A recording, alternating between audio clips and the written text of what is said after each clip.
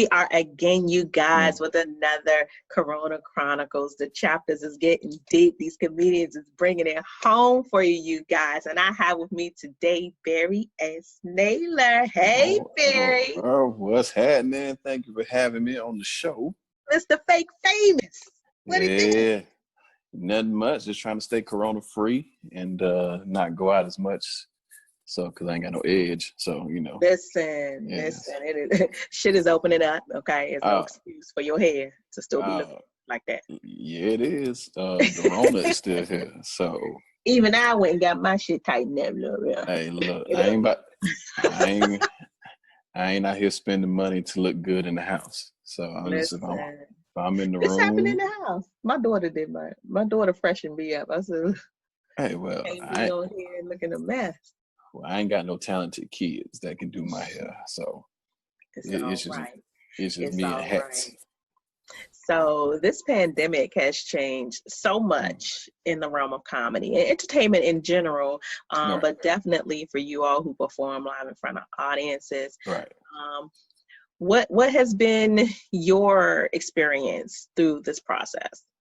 Well, when everything shut down, like March. Crazy thing, I had like a show like that day when everything was shut down. So at first I was in the whole, I want to go, I want to hit the stage, that's what I do. But at the same time, I take the pandemic seriously. So I'm not trying to be, in that atmosphere to get either me get sick or run the risk of getting others sick. Other comedians were doing like the stuff the inside and backfired. So I'm like, okay, well, I'm in between, like, I want to get back out there, but at the same time, like, I ain't tripping. I just rather more concerned for the safety of the people coming to the shows and whatnot. I don't want to put anybody in that atmosphere that could be a harm to their health. So but I'm getting rusty and I gotta get these laughs off. So there's like a safe way of doing it. Like the whole doing the shows outside route, that's cool. So I might try to explore that option. I've done some virtual shows in the beginning. It's weird. I tried. It's different because we so used to just hit a punchline, boom, laughs. Right. But virtual, it's punchline. Now you gotta wait for the comments to come through. So it's like, and then I say you gotta stop. Then you gotta look all up front to say what they say, and you can't hear laughs. You gotta look at laugh emojis, and it's like 10 seconds later after you just said the joke. Now you question yourself: am I still funny? Right. I get it. So. You mentioned earlier when we were talking, you said you've been doing a lot of writing. So have you found this situation to be a challenge to your creative process, or has it helped you because you're more focused? I think it's I'm more focused a little bit in a sense. It's like good and bad because you got all this free time.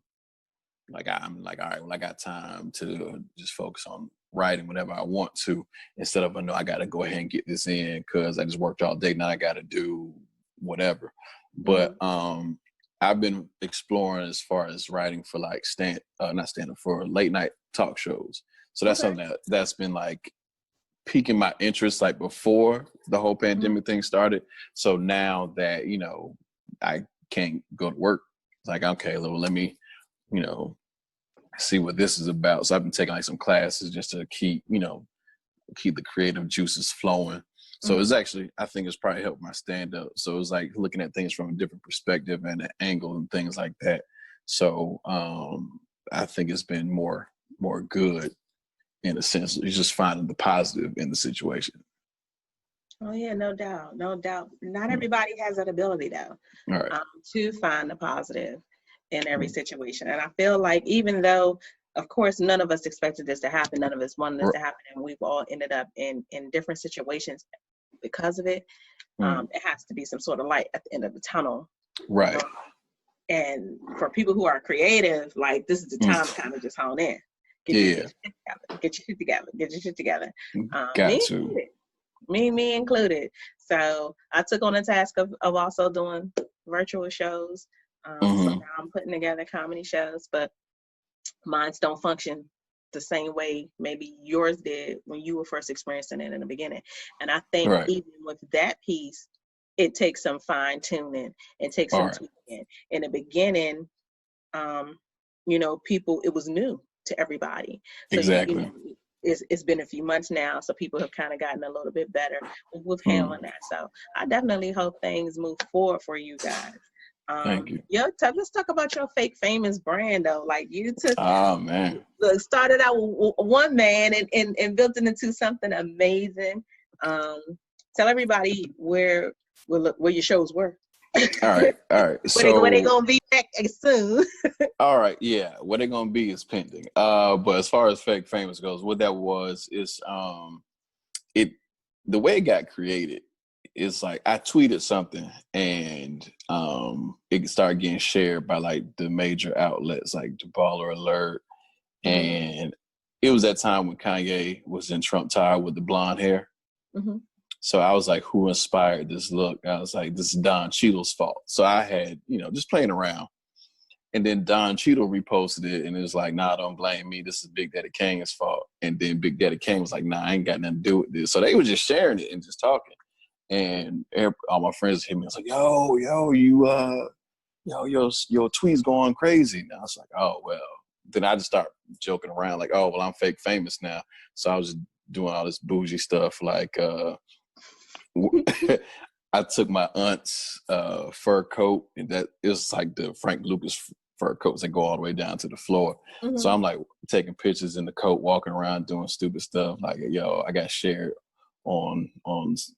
I went viral, so I'm fake famous now. So that just lasted for like a little while, and I needed to do a show at my alma mater, but they like pretty much told me I couldn't do it. I guess they wanted somebody with more followers and stuff.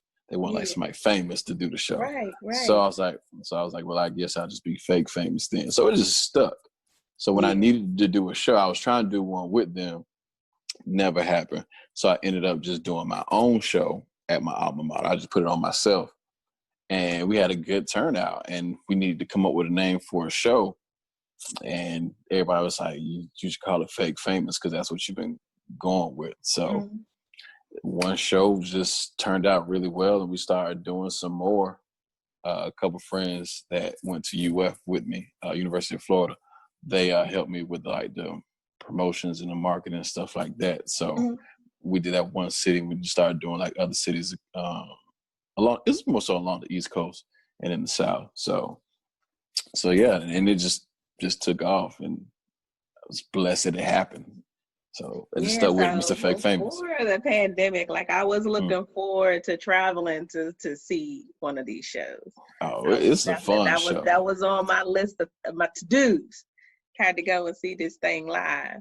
But I was trying to come back to DC. DC, like I think every comedian has like cities that they just love performing in. So DC is probably like one of my top 5. I like performing. So DC, Orlando, New York is always. New York can be hit or miss. Either you funny or you not. Listen, and in DC is where I saw you first. That was a couple years ago, actually. Yeah. The Comedy Festival had me dying. Thank you. Yeah, and I mean, even then, I was like, yeah, I got to get him on my show one day. Thank you. Him on my show one day. Who knew it was gonna take 2 years and a whole pandemic? Hey, we here. That's all that matters. Your fake famous ass. That's what happened. Fake famous. It take 2 years to get you on the show now. Hey man, it could be real famous and take longer, but see, we here fake famous. Make sure we got everything going. So, but yeah, I think that I was at the draft. Yes, it was at the draft. Yeah. I remember that. Yeah, I just happened to I'm not sure how I finessed my way up on that stage. In that half of comedy though sometimes with these big events. Yeah. Shout out to Woody Turnipseed for giving me the stage time. I remember that night. So because I was doing another show before then over at Wonderland. So it's the fact that people saw me over at Wonderland. So I was like, was there another spot that I could perform? I was just hosting over at Wonderland. It's like, I could do some time, you know. I can really get busy on the stage. I just need a shot real quick. So they gave me a few minutes to do what I needed to do. So, and I feel rusty like that. Those days, I was like, yeah, give me that stage time. I can go out there and show out real quick. Now I'm like, what am I talk about? You know, I haven't. Yeah, but it's a muscle. You know what I mean? You gotta exercise that muscle. I'm a firm believer in that. You gotta exercise that muscle.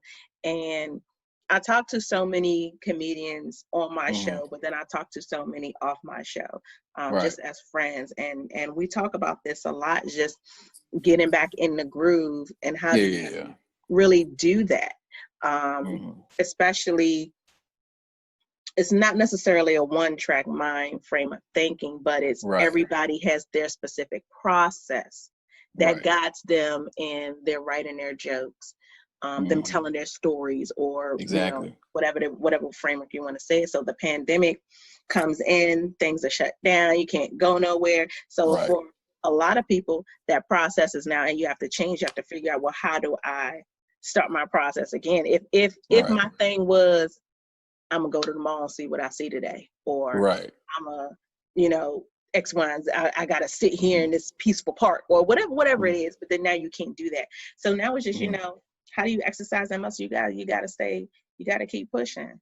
You gotta keep funny out here, because getting back up on these stages is comedians who are 20-year vets who are still having an issue when they get back on the stage following this pandemic. You know what I mean? So, you know, with like with the vets, well, I'm not a vet, so I don't really know their process. I just assume it's with them. Some of them just have just years of material that they can still pull from, as far as. But you've been home all this time. People might want to hear some shit. You know what I'm saying? Like me being a fan, and I'm saying one, maybe we're wrong for this, but me being a fan, and we know we've been home all this time. When we go to shows now, we don't necessarily want to hear a whole set about Corona. But we don't necessarily want to hear what we've been hearing either. You know what I mean? And that might be our selfishness, just as consumers. We want something new. You know what I mean? Or it's the notion that, well, you've been home all this time. You know, that's and I tell people expectation. And that's another thing I tell people this all the time, between like comedians and musicians. Musicians have it easier because they can just, people want to hear their old stuff all the time, like they hits, and every now and then throw the new stuff in there. With us, you do something old and everybody catch it, like, we heard this before. We need something new. I don't know. I mean, some people do have their classics. They do. Some people do have their classics. It's hit or miss. You know what I mean? It'll always be that one joke. You know what I mean? That people might want to hear. And it's good to be able to grow to that point. I definitely hope that the pandemic doesn't necessarily stunt the growth of comedy. You know what I mean? So a lot of comedians, which I can appreciate, are doing new things. They're doing new types of shows. They're doing new podcasts. They're starting clothing lines. They're doing so many other things and working in so many different passions. It's a beautiful thing. But then but that's what you're supposed to do. Yeah, it's supposed to be. You're supposed to evolve. You know, because. Either you evolve or you just gonna fall into just being stagnant, in a sense.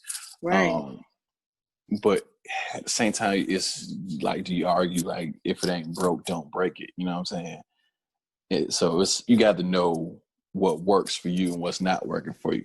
But to go back to the vets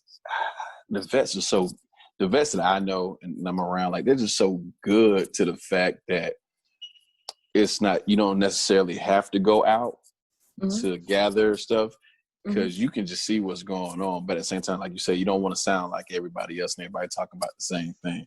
So you have to just give that new perspective on something. So you can talk about the same stuff, but it's just how you you position the story that you're telling. Right, So most definitely. A lot of the vets are just so good till it's like, wow, I never heard it like that. Mm-hmm. So, but yeah, I know they'll be good. But the young cats like us got to just, figure something out. But I got some stuff in the tuck. So I bet you do. I bet you do. I got some stuff in the tuck. I got an actual I have hold that thought before you tell me. Oh yeah. I'm sorry, somebody's coming to my back door. Hold on. All right, no problem. Get the strap just in case you don't know who it is. Get the strizzy strap. Yeah. That's your crib with the coffee designs?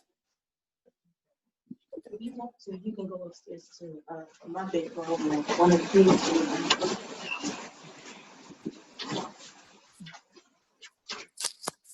Girl, blue, I like them nails, girl. Hello? That's pretty. Oh, that ass. Come on, y'all. Okay.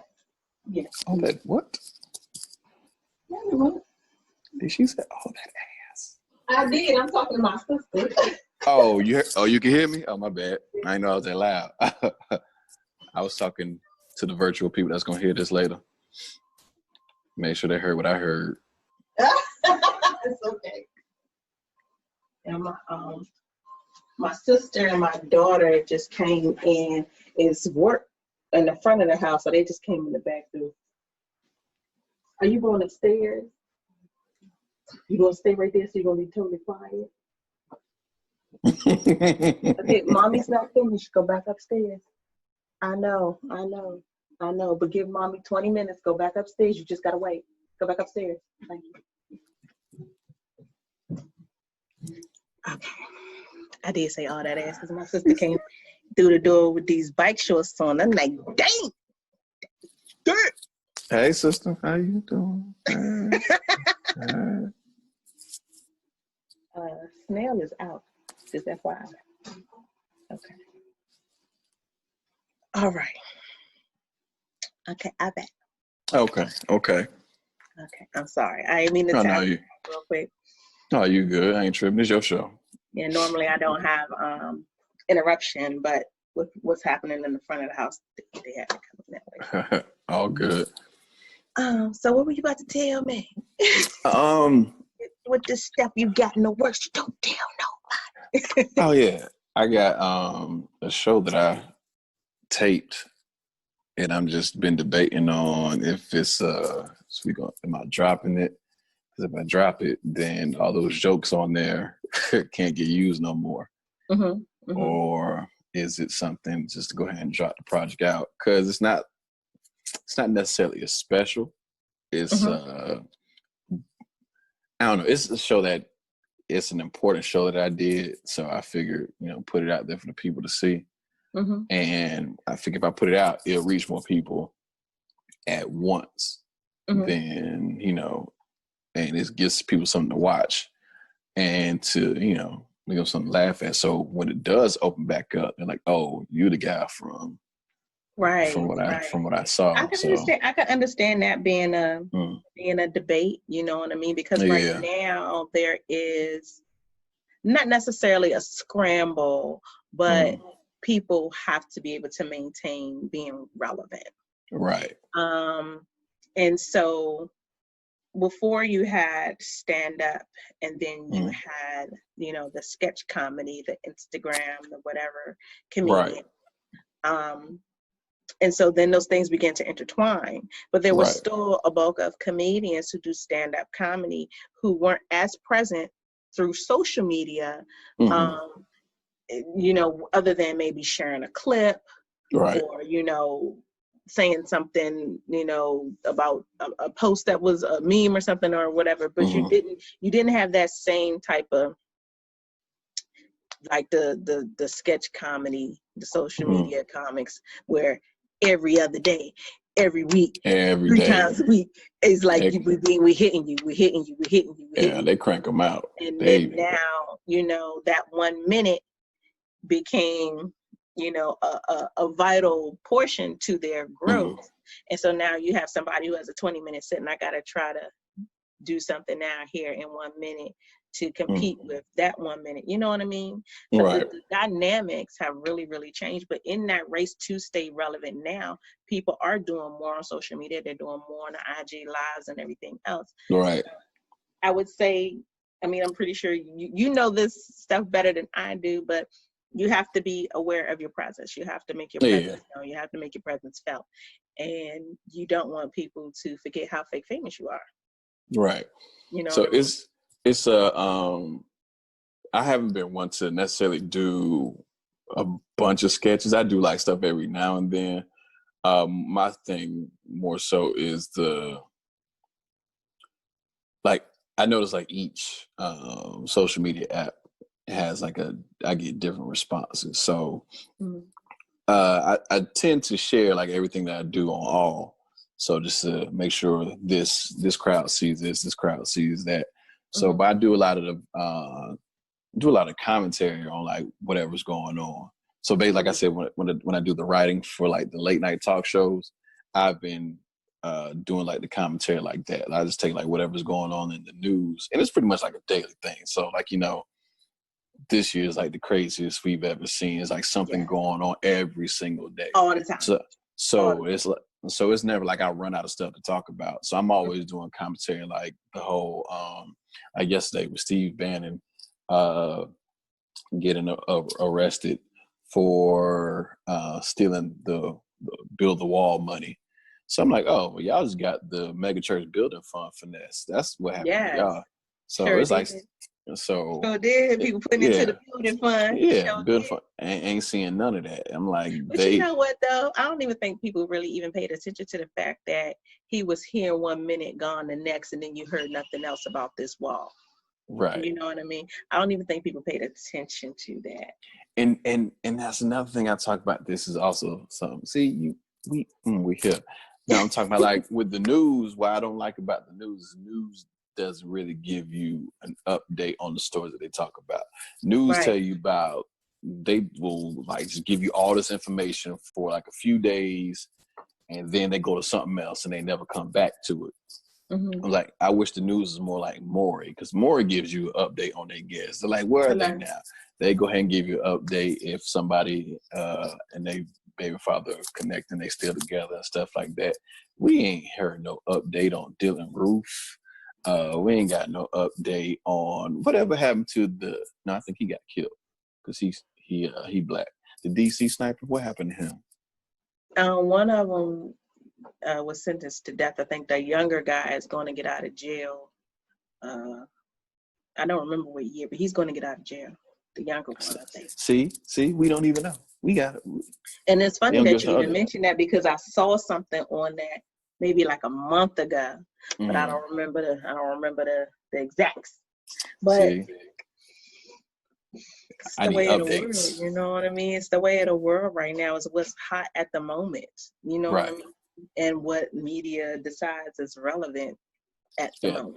And luckily, we have social media it's like a gift and a curse, because it keeps you updated on what's going on. But at the same time, it's like it's feeding your mind with like all this information, whether it can be good, feeding all this information, or it can be like traumatic stuff. And it's just over, just repeating your mind. Now it's like there, and it changes the way that you think and stuff like that, your outlook on stuff.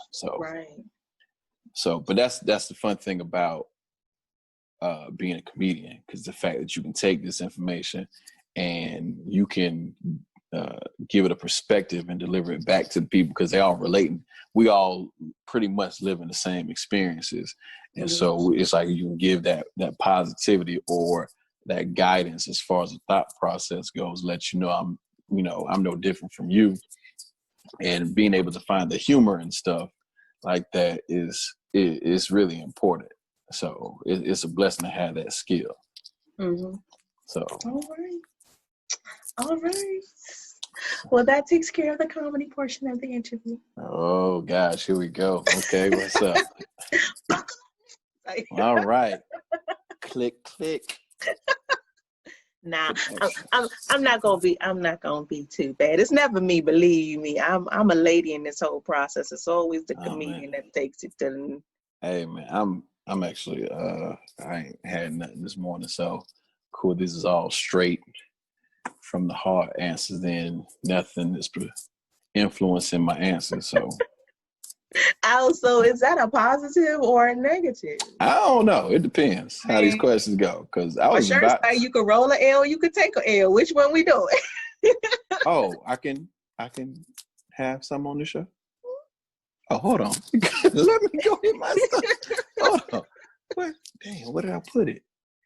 Damn, I don't even remember where it is. Short-term memory. Because I was at my cousin's house, and then I came over to like some other family's house, and I packed everything up. I just got here like yesterday, so stuff is packed up still, and I'm not sure where I put it, and I ain't trying to be running around trying to find it while we on the show. So then we gonna say you are taking an L. Yeah, we gonna take an L. Oh, Price is Right music. Look, I don't watch Price is Right. So many skip school days. I was raised by my grandparents, so you watch Price is Right 11 o'clock, and then you watch Young and the Restless at 12. So 12:30 because the news comes on. Channel 9. That's right. Yeah. So, yeah, that's funny. I know that too. So how has the love life been with the pandemic? Like, I don't know. Are you married, single, dating? 20 baby mamas, 2 baby. Like, what you got? Nah, I'm single, and so has the pandemic been a hindrance to able to? Cause it's like you can't really, like, you don't even know what they got. You just gotta go by faith and not by sight. Or I mean, but wasn't that the case prior to Corona? Yeah, but you can't put a condom over your nose, and you got to wear a mask and everything still.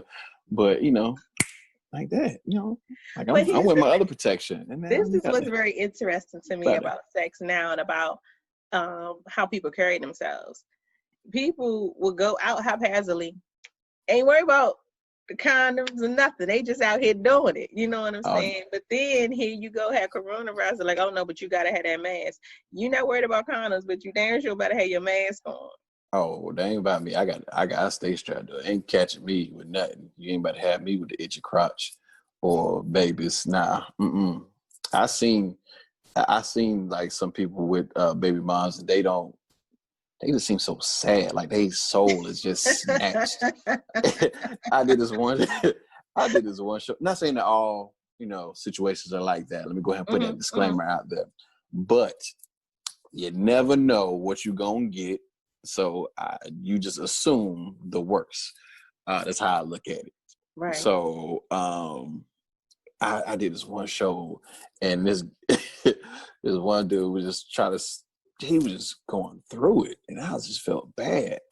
And then I was like, damn, they ain't got shit to do with me, because I am not in that situation. He was trying to finagle. We're not gonna see no little baby Ronas, no little Cocos come following from you, bro. We're not gonna see that.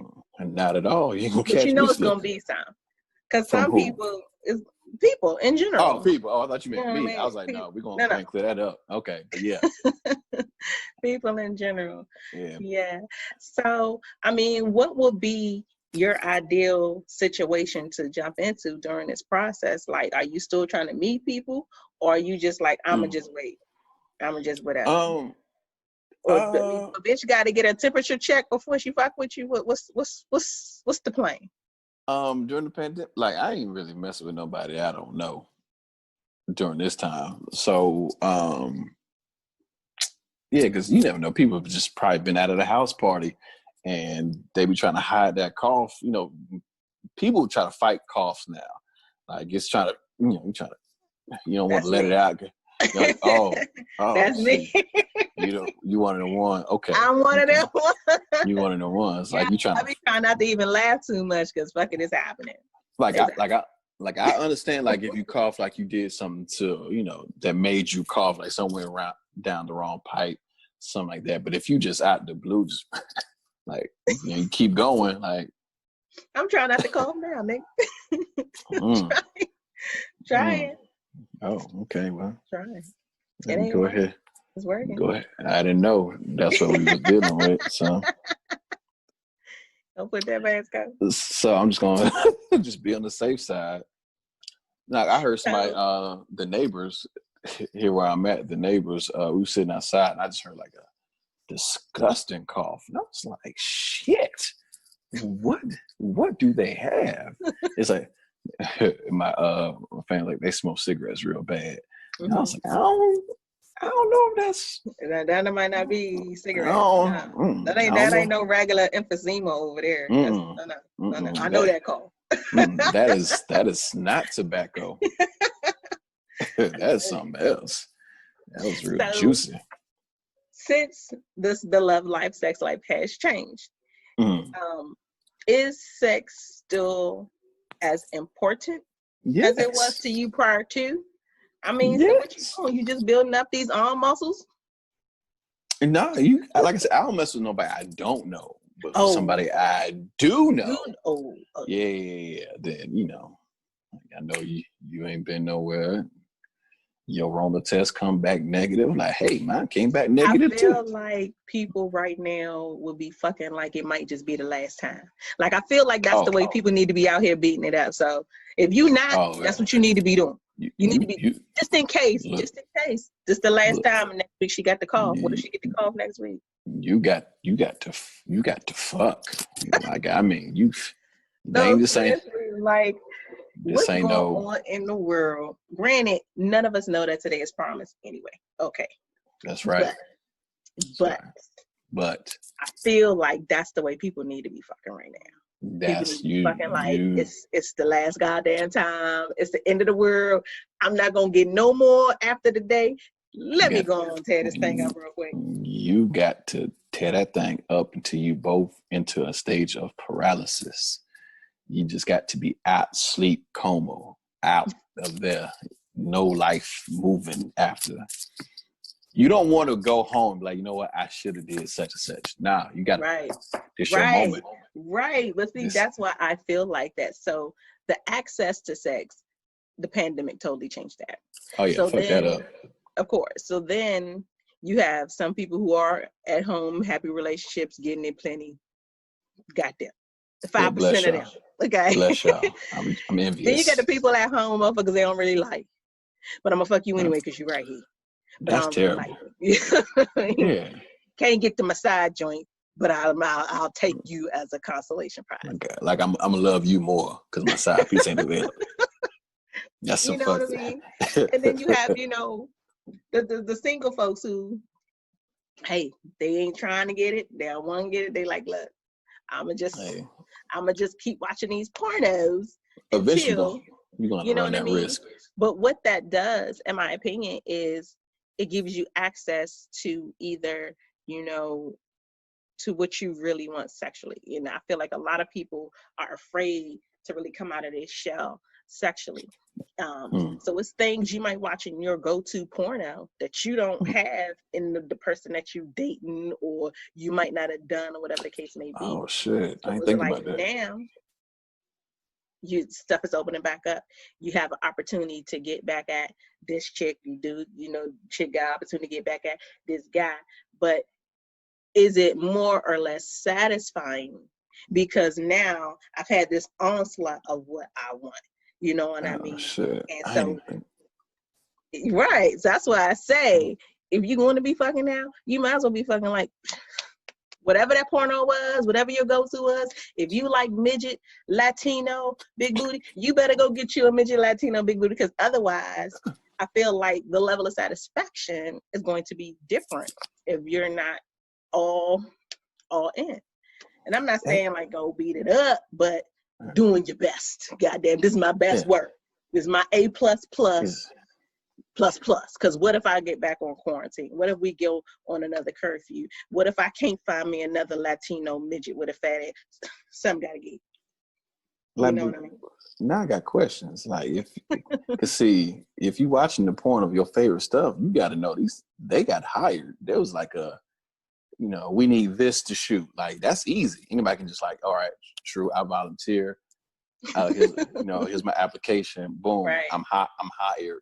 Now I know I'm guaranteed to fuck a midget Latina. You can't find regular random midget Latinas just out here. Not saying that specifically. I meant whatever this preference is for this fantasy fucking that you've been doing since the shutdown been going on. And see, now that's how people lie to themselves. Because you sit here like, bam, I'm about to go get some midget Latina coochie. And no, you're not. That's not what happens in the real world. That's like thinking, I'm about to go find Annalise Keaton. No, you're not. This is somebody that's just here. You might find somebody like it. You think somebody looking for Annalise? Shit. They end up dead. Look. Now you look at some people looking for killer pussy? Okay. Somebody need that bow-legged. No, it's a white man. Annalise only fooling with the white man. You're right. She did have only, but she was going through some shit. I feel bad for her. Then she was like, she ain't dealing with the white dude no more. She gonna get her a white woman or whatever that lady was. What was she?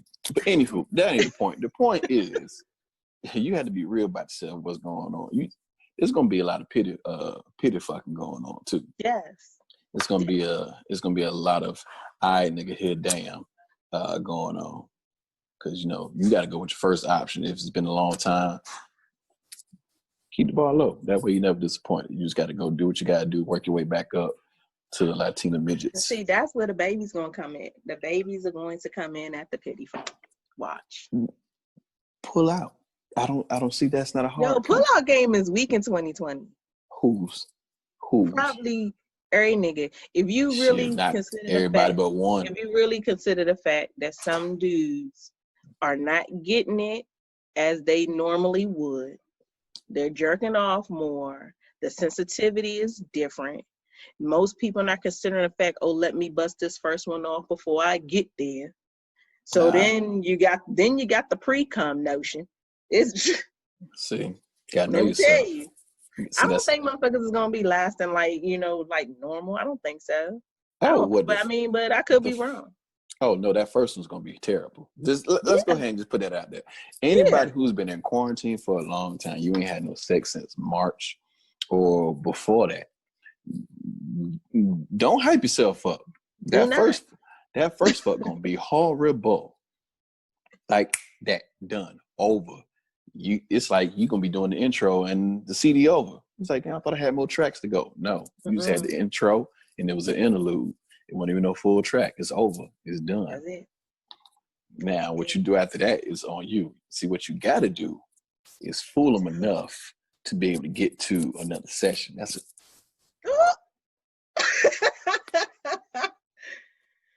Hey, the sex probably gonna be terrible. These first few pumps over. Why? Because everybody's excited.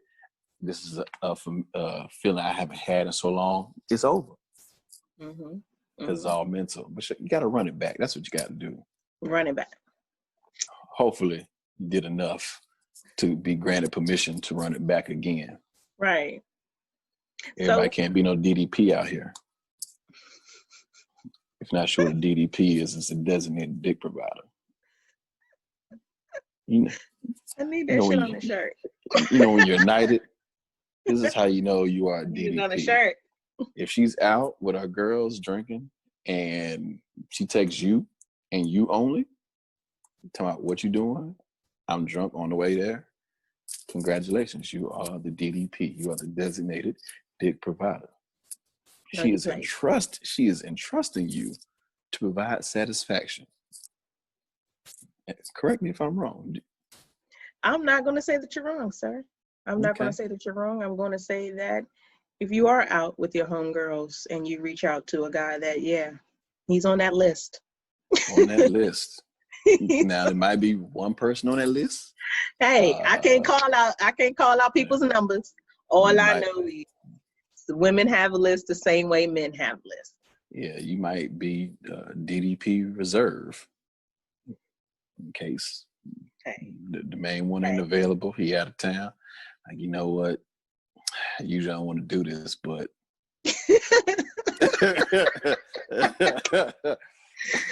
It sound like, oh, normally I don't do this, but come on, let him get a little bit of the remix. Yeah, like, I know this nigga gonna be available, so let me go ahead and just send this message out. You're funny. So, I'm dead and serious. I know it. What is most important about sex to you? Oh, that shit gotta be it's gotta be a whole experience. You gotta, from the beginning to the end, throw the kissing in there, all the nasty shit. Well, I won't say nasty, but freaky. Like, you know what they like, and they gotta know what you like. You gotta intensify. They like being choked. Grab them. Grab that neck. What do you think is the difference between nasty and freaky? Do you think there's a line there? That's why I took that word back, because what might be considered, some people say nasty when they mean freaky and stuff like that. So because what do you call freaky? Give us an example. Oh, wow. Like, they want you to bust on their face. That's an example. That's freaky. Okay. Yeah, that's freaky. What would nasty be? Because I feel like anything that might give me pink eye. Wow. Okay. Wow. Okay.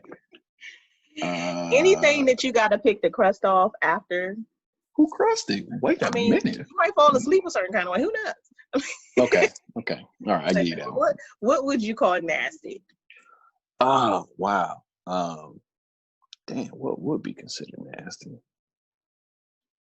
And see, I asked that question because in people being descriptive about either their own sexual experiences or descriptive in the type of partner that they want, we use these words. Right, and it's not uniform. Right. One is very subjective because everybody has their own opinion of what is which and which is which. But then where do you draw those lines at? Where do you say, is this woman, the woman know what she's doing? But then somebody might say she know what she's doing. Next person say she a hoe. Right. Somebody might say, she freaky. It's kind of freak I like. Somebody say, oh no, that bitch nasty. You know what I mean? Okay, yeah. So it's just how do you decipher what you put in those categories sexually? I might have to revamp that. How do you make that decision? I need to start just saying freaky because I'm not too sure what would be considered nasty. Like you say, it's all subjective. Because before, people was like, oh, well, people like they're not going down because that's nasty. But now I'm like, that's like status quo. Yeah, like, ain't that part of sex? But it's so interesting because this is maybe, and I'm not condoning you guys by no means people having unsafe sex. I'm not. Okay, let me get my eyes big so y'all know I'm serious. I'm not saying don't have safe sex. But I think another piece of that puzzle is people do not consider when it comes to oral sex versus penetration, anything that can live down there can live in the mouth. You know what I mean? So you might put a condom on, but who's to say that bitch ain't got a tickle in her throat and is really gonna read? You know what I'm saying? Oh shit. You don't know. You could put a condom on, but what if somebody's having a herpes outbreak? That's skin on skin contact. So all that take is your balls slapping up against me. You know what I'm saying? I think that shit. Wow. Sometimes they're so accepting of all these things, but are accepting without the knowledge behind it. And I think that's another reason why it bothers me that people are so up in arms about masks and, oh, you gotta have this, gotta have that. But you were just fucking 3-4 bitches the other day. Like, what are you talking about? Yeah, that's like, what you talking about? Like, shit. Pretty much, they all got it. What you mean? That's some wild ass shit right there. Ain't nobody fucking no more at this interview. Everybody's like, you know what? I'm just gonna rub it out because. Nah, they still gonna get it. Yeah. Some people gonna be mad. They were like, T, why you do that? Yeah. They only gonna be mad for like a week, and then everybody's like, you know what? I'm just gonna. Hey, why you say that? Yeah. Like, cause your other interview. Yeah, I mean, but no, that's what I say. It's not. I'm not against it, you guys. Okay, I'm not against it. Lips, McCoy is all right. I understand. I do. But People make you go through these whole processes. I think the process of meeting people definitely is going to change, but then going into the bedroom, I think that's definitely going to change. It's definitely going to change. As far as just following the pandemic and how we choose who we sleep with. Oh yeah, you know what I mean? I feel like some of the people who were out here hoeing, and I mean men and women. I don't think being a hoe is a woman thing. There's plenty of hoe ass men out here, but I think that when it comes to that word and the connotation of it, I think people who are living a certain lifestyle that either requires or by choice for them to be excessively promiscuous, and excessive is subjective, you guys. That's up to you. But I think that people are going to slow down. You know what I mean? I think that people are going to be like, is it worth it? Is it not? You know what I mean? Start thinking about it a little bit more, to be honest. I think so. Some people maybe. A lot of people gonna be like, yes. Yo, it's open. It's open. Out this bitch. Let's go. It's like all them people. Like, remember all that shit you was talking during the quarantine? Boom. Run that shit. And then this, not saying that I'm gonna do it. I'm just saying. Run that shit. I heard you. I'm just saying, people just gonna be like, hey, remember during the quarantine, you were doing all that talking, pay what you owe. And then I'm here to collect. Oh, it's gonna be some receipts flying. It's gonna be some bill collectors coming. hey, your tab is over there. Yeah, I think it's probably gonna be. What you said. It's just gonna be like just different. It's gonna be just different. What's the word I'm looking for? Different actions taken. I feel like some people will be going to be more, think more about their decisions. But then at the same time, you're going to have those who are just, like you said, just free and just want to just get that release out. Because, I don't know, it's like people, when you tell them they can't do something, like everybody's been told you when the pandemic first started, like you can't go outside, you can't go this, you can't do that, you can't do this. And everybody was like, whoa. Okay, then everybody's sitting at home, like I need to do this. Just because you tell people that they can't do it, they just gonna makes them want to do that shit more. So I feel like with the people being inside and can't, do the activities that they were doing beforehand, it's gonna make them want to do that shit more. And I feel like that's gonna be a thing. Not necessarily carrying on for like forever, but it's just they're gonna have to get that release out.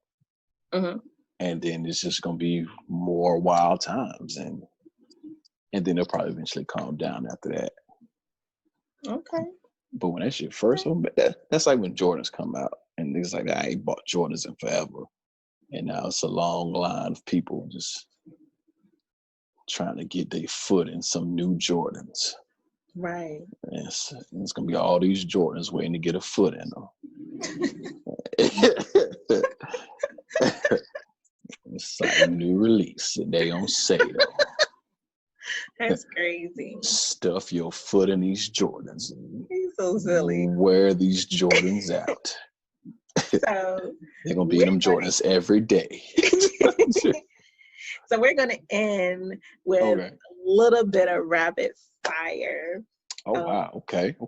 And since you made certain references throughout the interview, I'm trying to over here clicking underneath here to get my rapid fire together for you. So real quick. All right. You ready? Sure, I think. So since you mentioned my girl Annalise, first up, Annalise sex or Olivia Pope sex? Annalise got them arms. Annalise get it in anywhere. Annalise be getting it in on the desk in her office and stuff. I like. Okay, Blanche from Golden Girls, or why did the name just go out my head when I'm trying to ask I'm not sure. Yeah, I was like, okay, that's what we're doing. Cool. Or the got to be good because I already know that. Yeah. Who was my girl on 227? That was. Oh, Jack. Sandra. There it is. Now I gotta redo it. I gotta edit Yeah. it. Blanche from 227. No, Blanche from Golden Girls. Oh, yeah. I fucked it up. Yeah, come on. Come on Taking with it. an L. Everybody took an L on this interview. That's mine. Okay. Blanche from Golden Girls or Sandra from 227? Sandra, of course. All day. And Sandra would be a raw sex. I'm sorry. We keeping that. You just busting the door down over there. But Blanche, damn, wait a minute. I gotta think about that. I don't know. Blanche had that nice ass head. Blanche was gonna bust it down for you. Blanche knew what she wanted.